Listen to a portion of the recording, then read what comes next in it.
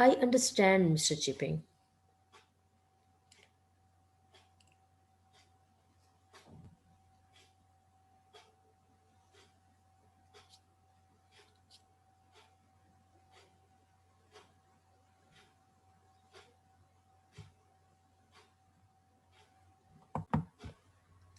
I understand, Mr. Chipping.